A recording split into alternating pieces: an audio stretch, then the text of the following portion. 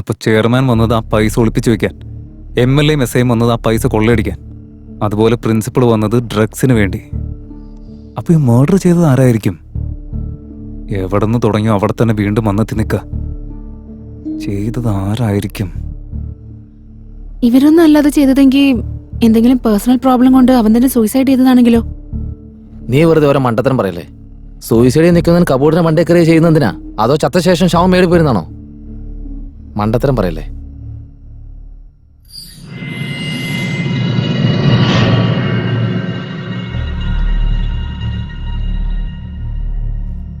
എന്തിനാണ് ചെയ്തത്?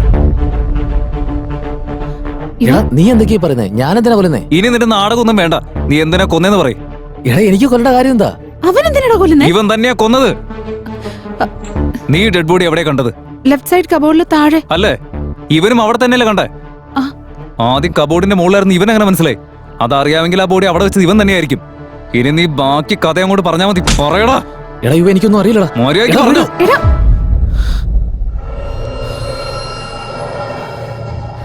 അത് ഞാൻ തന്നെ വന്നേ. ഞാൻ തന്നെ വന്നേ.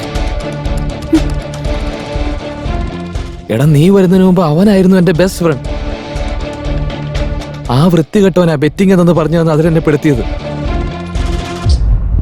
എടാ, ചുമ്മാ അങ്ങനെ കണ്ടോണ്ടിരുന്ന എന്താ രസമുള്ളേ? ബെറ്റ് വെച്ചാലോ? ഞാനതിൽ എത്രമാത്രം അഡിക്റ്റ് ആയി പോയിന്നറിയോ? എന്റെ അമ്മയുടെ ഓപ്പറേഷന് വേണ്ടി മാറ്റിവെച്ച കാശും പെങ്ങളുടെ കല്യാണത്തിന് വേണ്ടി എടുത്തു വെച്ച കാശും ഒക്കെ അവന് വേണ്ടി കൊടുത്തു. അവൻ ആ കാശ് മുഴുവൻ വാങ്ങിച്ചെന്നെ പറ്റിച്ചടാ. അതൊക്കെ പോട്ടേന്ന് വെച്ചു. എന്റെ പെങ്ങൾക്ക് ഡ്രഗ്സ് കൊടുത്ത് മയക്കി അവന്റെ ആവശ്യങ്ങളൊക്കെ അവൻ ഉപയോഗിച്ചു.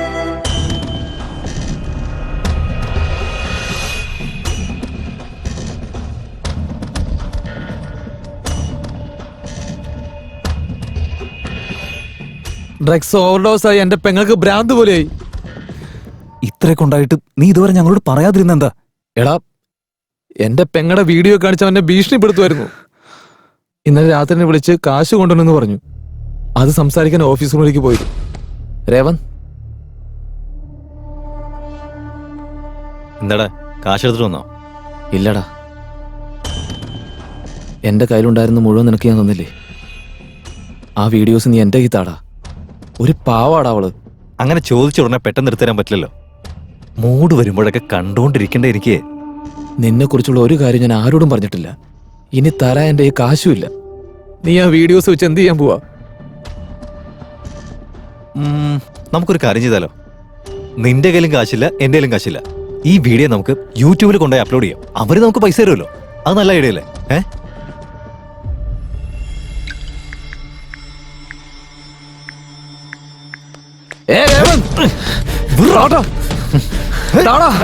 തരാനാ പറഞ്ഞേ. മര്യാദക്ക് താടാ രേവൻ.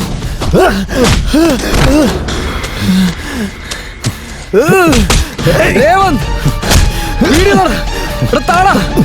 മര്യാദക്ക് തരാൻ. എടാ,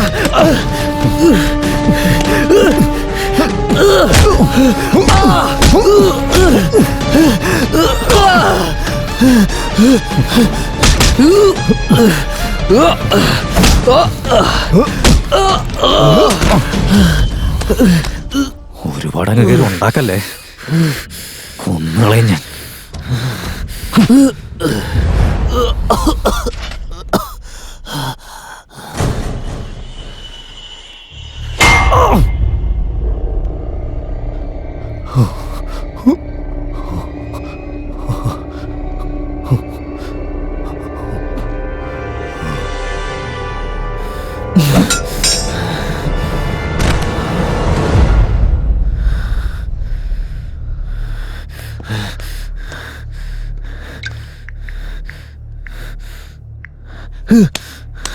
ഇനി നീ അപ്ലോഡ് ചെയ്ത് കാണിക്ക.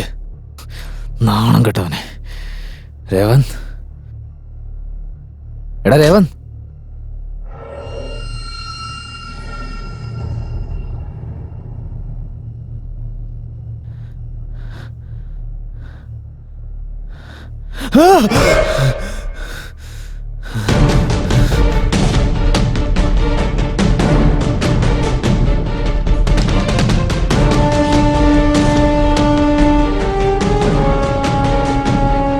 സത്യം പറഞ്ഞ കൊന്നതല്ല, കയ്യബദ്ധം പറ്റിയതാ.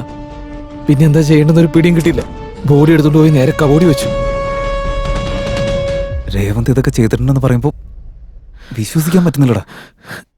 നീ എന്നല്ല, ഈ കോളേജിലുള്ള ഒരുത്തിനും അത് വിശ്വസിക്കില്ല. പ്രിൻസിപ്പൾ തന്നെ അവന് നല്ലവനെന്നുള്ള മുഖംപൊടി കൊടുത്ത് ഈ കോളേജ് മുഴുവൻ ഡ്രഗ്സ് വിറ്റ് നടക്കുന്ന പരിപാടിയായിരുന്നു. എടാ, നിനക്ക് വേറൊരു കാര്യം അറിയൂ. ബൈ മിസ്റ്റേക്ക് അന്ന് നിന്റെ കയ്യിൽ നിന്ന് ബിറ്റ്സ് പിടിച്ചെടുത്തതല്ല. ഫസ്റ്റ് ഇയർ നിനക്ക് കിട്ടിയ വിലയും നിലയും താങ്ങാൻ പറ്റാതെ അവൻ മനഃപൂർവ്വം സ്ക്വാഡ് വന്ന സമയത്ത് നിന്റെ അടുത്ത് ബിറ്റുമുട്ടി ഇട്ടതാ, അറിയോ? നീ പറയുന്നതൊക്കെ സത്യമായിരിക്കും. പക്ഷെ അറിഞ്ഞോ അറിയാതെയോ നീ കാരണം ഒരുത്തൻ ചത്തു കിടക്ക. ഇനി ഈ മർഡർ കേസിൽ നിന്ന് നീ എങ്ങനെ രക്ഷപ്പെടും? നമ്മൾ വിചാരിച്ചാ പറ്റും.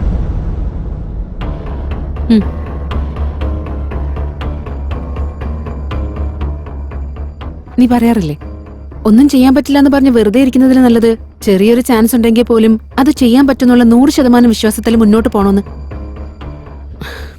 ഇപ്പൊ ഇവനെ രക്ഷിക്കാൻ വേണ്ടിയിട്ട് നമുക്ക് മാത്രമേ പറ്റൂ.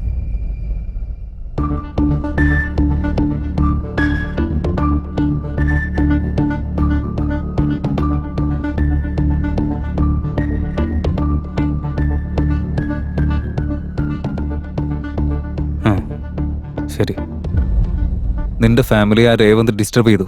ഡയറക്റ്റായിട്ട് അവനായിരുന്നു ഫ്രെയിമിൽ. ഇൻഡയറക്റ്റ് ആയിട്ട് ഓരോ ഫാമിലിയും ഡിസ്റ്റർബ് ചെയ്തുകൊണ്ടിരുന്ന ചെയർമാനും പ്രിൻസിപ്പളും ആയിരുന്നു. അതുകൊണ്ട് അവരെ വെച്ച് ഇതങ്ങ് ക്ലോസ് ചെയ്യാം.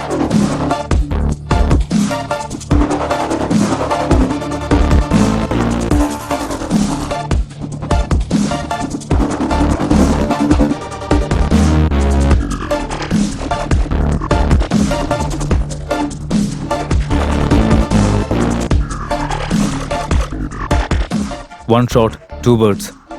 ഇവൻ രക്ഷപ്പെടും, അവര് രണ്ടുപേരും പെടും. ജാൻവി, ഈ വീഡിയോസ് നിന്റെ ഫോണിലേക്ക് വാട്സപ്പ് ചെയ്യ്. എന്തിനാടാ? ഞാൻ പറയുന്നത് ചെയ്യ്.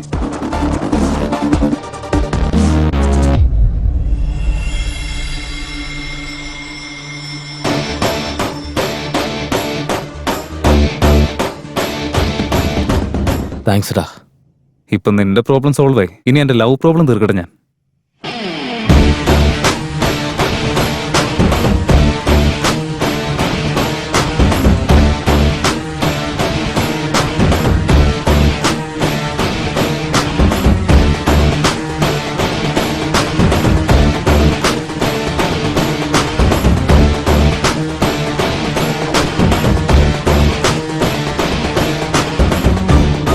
നമ്മുടെ പ്രിൻസിപ്പളും ചെയർമാനും ചേർന്ന രേവന്തനെ കൊന്നു കളഞ്ഞെന്ന്. ഇവിടെ എന്തൊക്കെയാ ശരിക്കും നടക്കുന്നത്? ഒരു കാര്യം മാത്രം ക്ലിയർ ആവുന്നുണ്ട്. ആവശ്യമില്ലാതെ സെക്കൻഡ് ഹാഫ് മുഴുവൻ ടെൻഷനായി. ഈ കളിയിൽ ഞാനൊരു ജോക്കറെ പോലെയാ. ഞാൻ ഊഹിച്ചെടുത്ത കഥ അവസാനം സത്യമായിട്ട് വന്നല്ലേ? Based on true story. True story based on my story. ഞാൻ പറയുന്നൊന്ന് കേൾക്കുന്നേ, ഒന്ന് സമാധാനിക്കേ. Please try to understand me.